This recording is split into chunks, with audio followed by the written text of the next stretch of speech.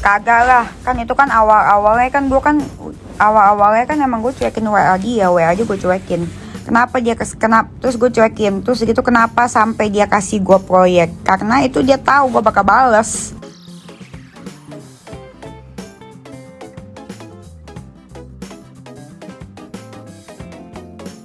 Kalau ngomongin kerjaan, gue kan orangnya kok sama cowok kan tomboy, galak. Kalau cuek ya cuek, diajak gue makan gue nggak pernah mau, gue alasan itu. Aku lagi di Kemayoran nih, terus gitu aku lagi di ini nih, gue nggak pernah ladenin, nggak pernah sekalipun gue bilang ayo enggak. Nah terus gitu nggak pernah gue balas, karena emang yang pas pertama kali itu kan kita abis itu udah kan ngomongin proyek terus dia bilang mau ngomongin proyek. Nah terus di lift tuh gue pernah tuh dipaksa tuh mau dipaksa di lift, terus gitu padahal lift umum loh.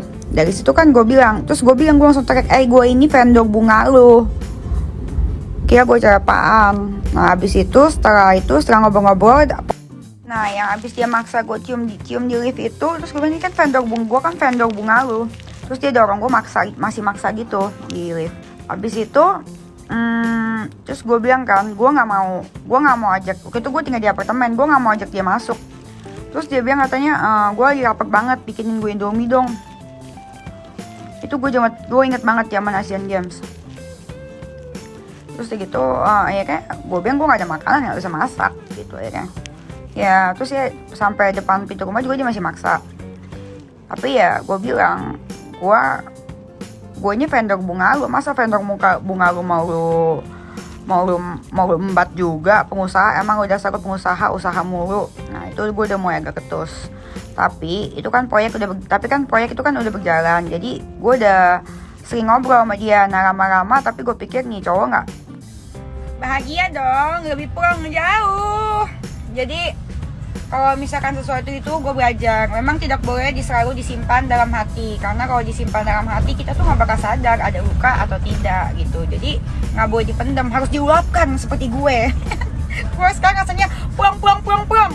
Tapi awalnya walaupun kayak rasanya seperti kayak mau mati gitu, pas mau pisah dalam lingkaran setan itu, pertamanya awalnya gue pikir kayak mau mati gitu rasanya, tapi ternyata apa? Dennis masih hidup. Masih bisa ngonten dan masih bisa tertawa.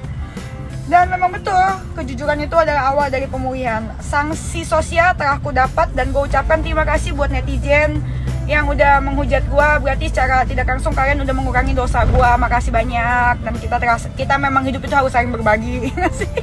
Gue berbuat dosa, kalian juga. Ya udah kita gotong royong, mari kita hapus dosa kita. Gue tuh udah bersabda, walaupun langit nggak mendukung, terus itu dunia muna-muna alias ertong-ertong yang muna itu yang di depan pencitraan tiada batas, ya kan? Tahu nggak kenapa mereka membutuhkan nama baik? Soalnya kalau mereka namanya hancur, mereka takut, mereka nggak dapat iklan lagi, nggak dapat duit, nggak dapat makan. Kalau gue sih bodo amat.